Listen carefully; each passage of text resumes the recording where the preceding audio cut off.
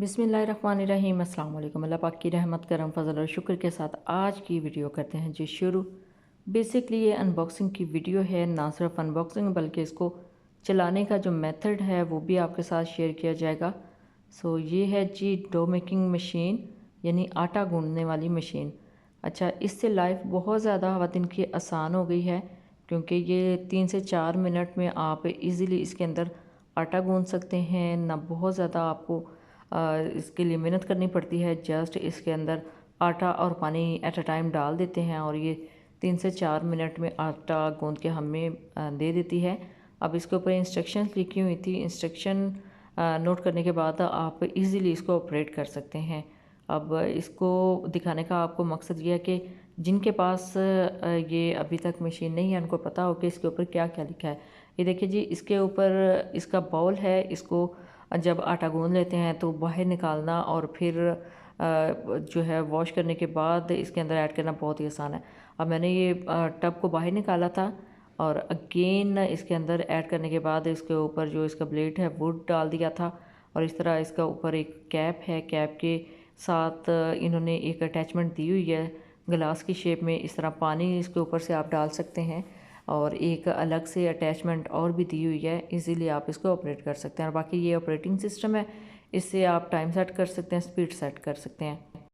सो इस मशीन को यूज़ करने के बाद मैं अपना रिव्यू भी आपके साथ शेयर करूँगी कि कैसा रहा मेरा एक्सपीरियंस। अब इसके अंदर ऐड करते हैं 5 कप मैदा।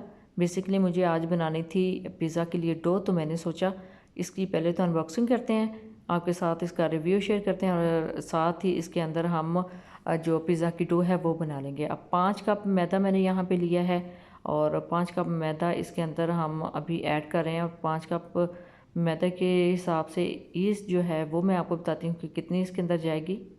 1 टीस्पून इसके अंदर मैंने ऐड किया है बेकिंग पाउडर।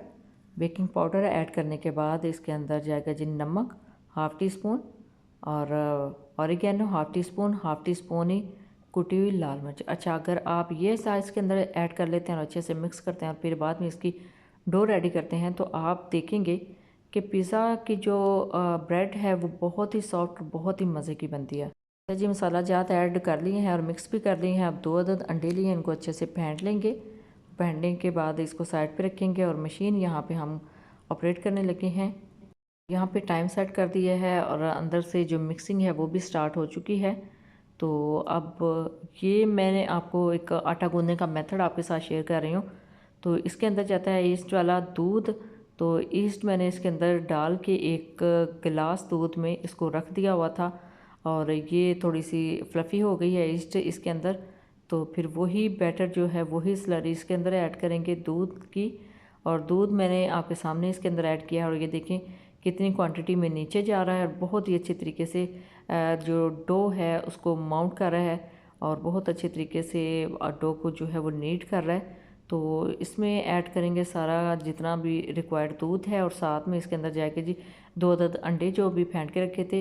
इसका कैप मैंने उतार दिया और इजीली इसके अंदर जो 2 अंडे हैं लिक्विड शेप में वो ऐड कर दिए हैं और साथ साथ 1 से 2 टेबल स्पून कुकिंग ऑयल भी ऐड करेंगे, क्योंकि ये जब इसके अंदर हम ईस्ट ऐड करते हैं और ईस्ट थोड़ी सी फ्लफ़ी हो जाती है तो जो आटा है वो हाथों के साथ चिपक जाता है। तो चिपकने से बचाने के लिए इसके अंदर मैंने थोड़ा सा कुकिंग ऑयल ऐड किया है और साथ में मज़ीद इसके अंदर थोड़ा सा दूध ऐड किया है।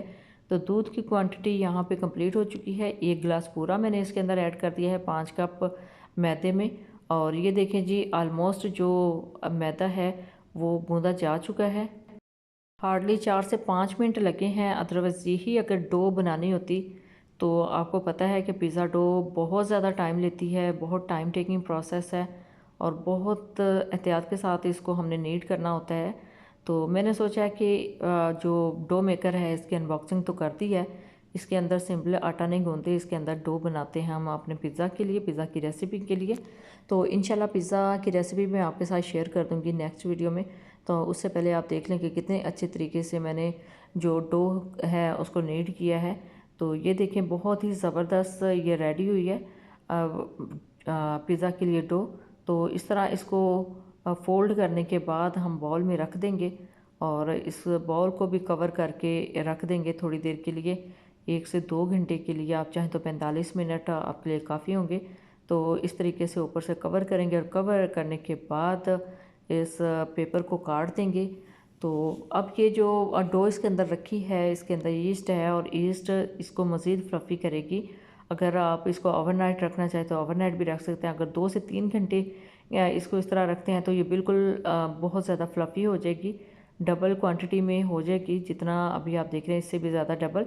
तो यहाँ पे मैंने बहुत अच्छे तरीके से इसको कवर कर दिया है और कवर करने के बाद ये देखिए ये फूलना स्टार्ट हो गई है। अगर ये बहुत अच्छे तरीके से राइज़ हो गई तो समझिए हमारी जो रेसिपी है वो रेडी हो जाएगी। अब इसको मैंने निकाल के इस प्लेटर में बिछा दिया था और इसके ऊपर सारी पिज़्ज़ा की टॉपिंग कर ली है। इसके ऊपर पिज़्ज़ा सॉस भी लगाई है और चीज़ काफ़ी ज़्यादा इसके अंदर यूज़ हुई है और वेजिटेबल्स की एक लेयर भी ऊपर लगा दी। इसके ऊपर भी बाद में मिर्चें और ऑरिगेनो स्प्रिंकल थोड़ा सा कर दिया था, उससे बहुत अच्छा टेस्ट आता है।